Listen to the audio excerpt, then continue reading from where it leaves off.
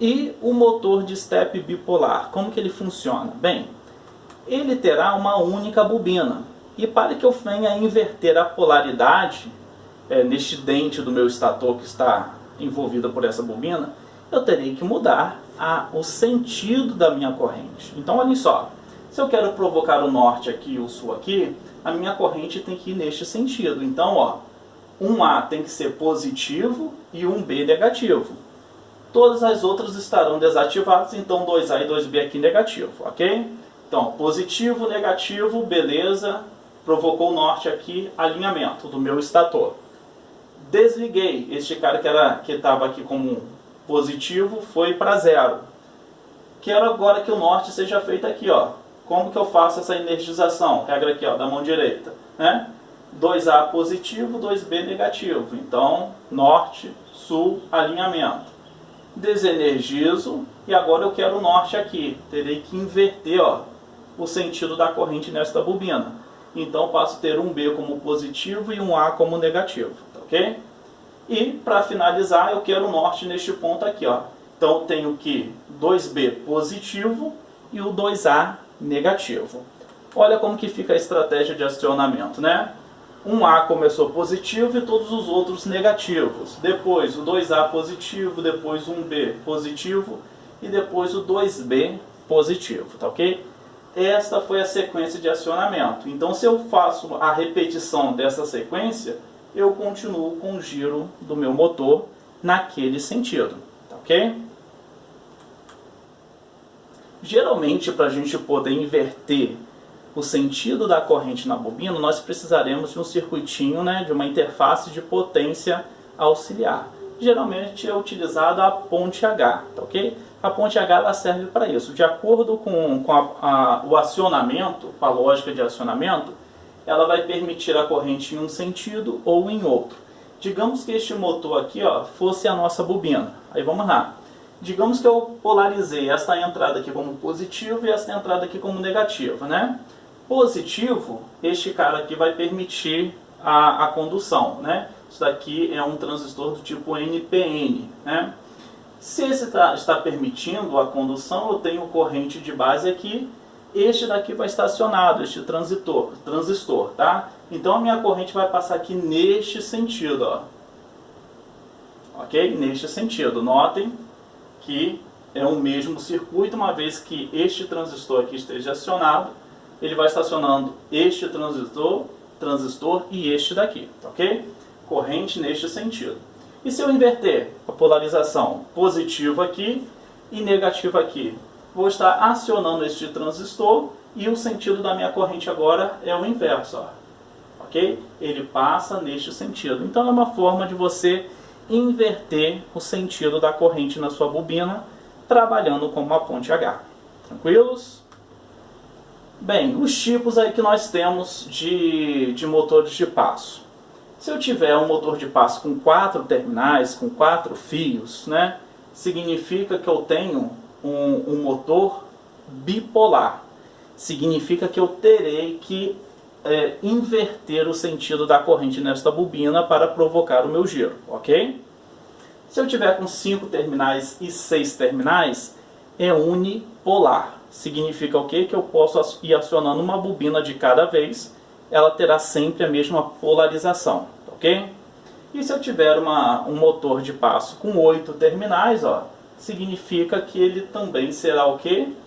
Bipolar, ok? Eu terei que alterar, inverter o sentido da corrente para provocar o giro, ok?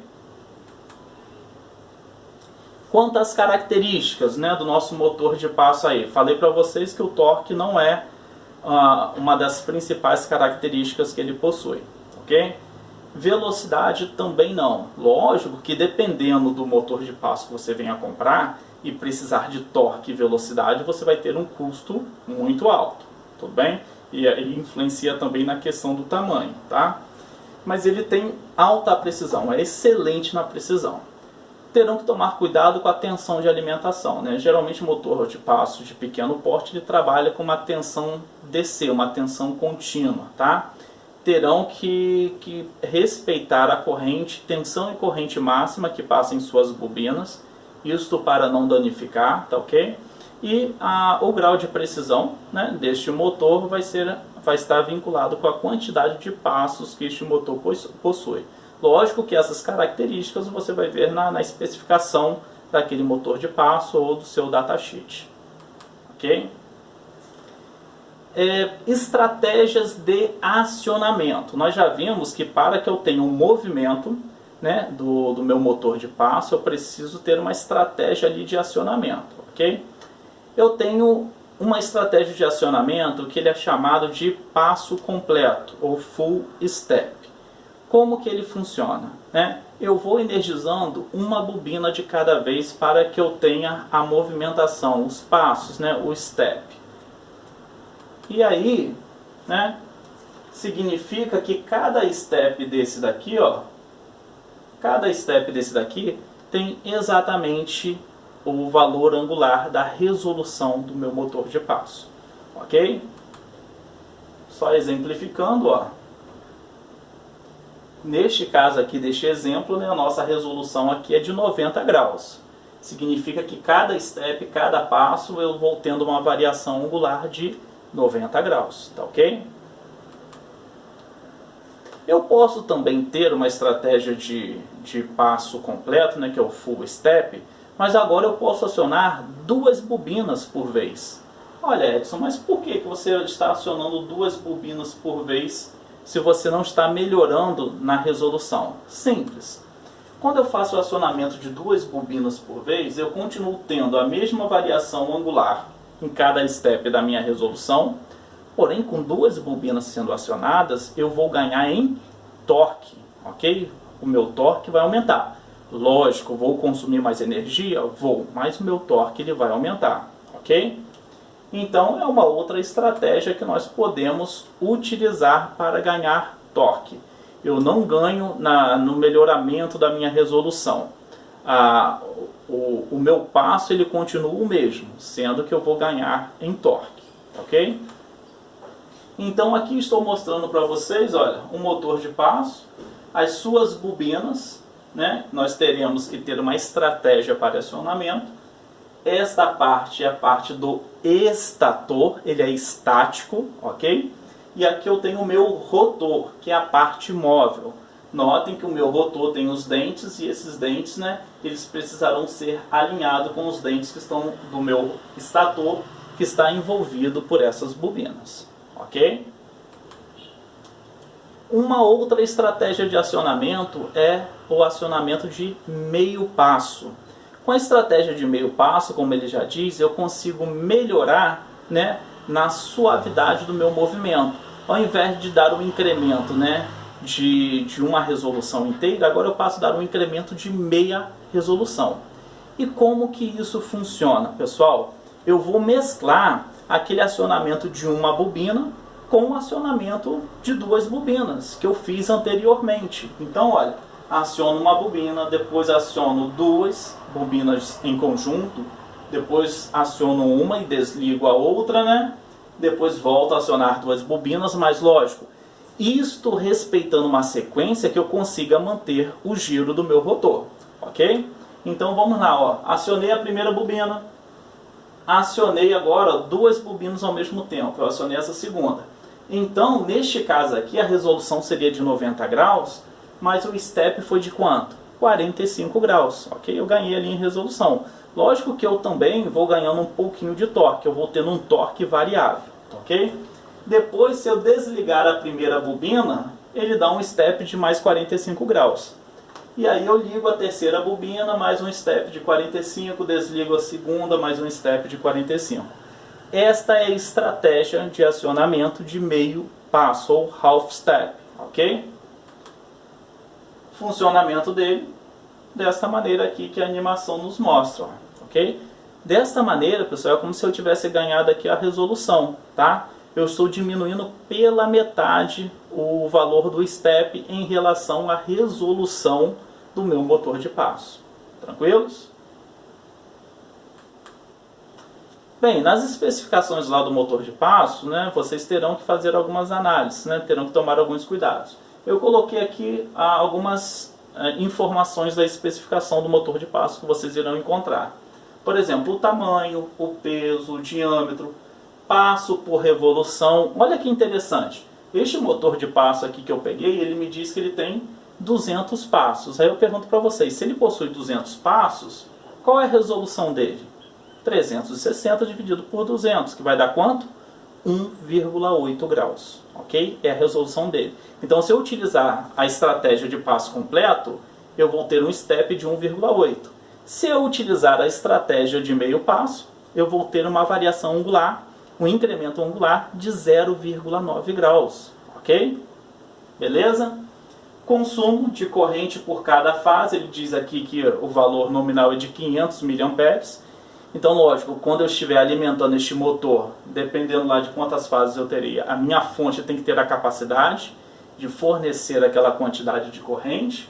A tensão de operação de 10 volts, não posso alimentar com uma tensão maior, porque senão eu corro o risco de danificar o meu motor, ok?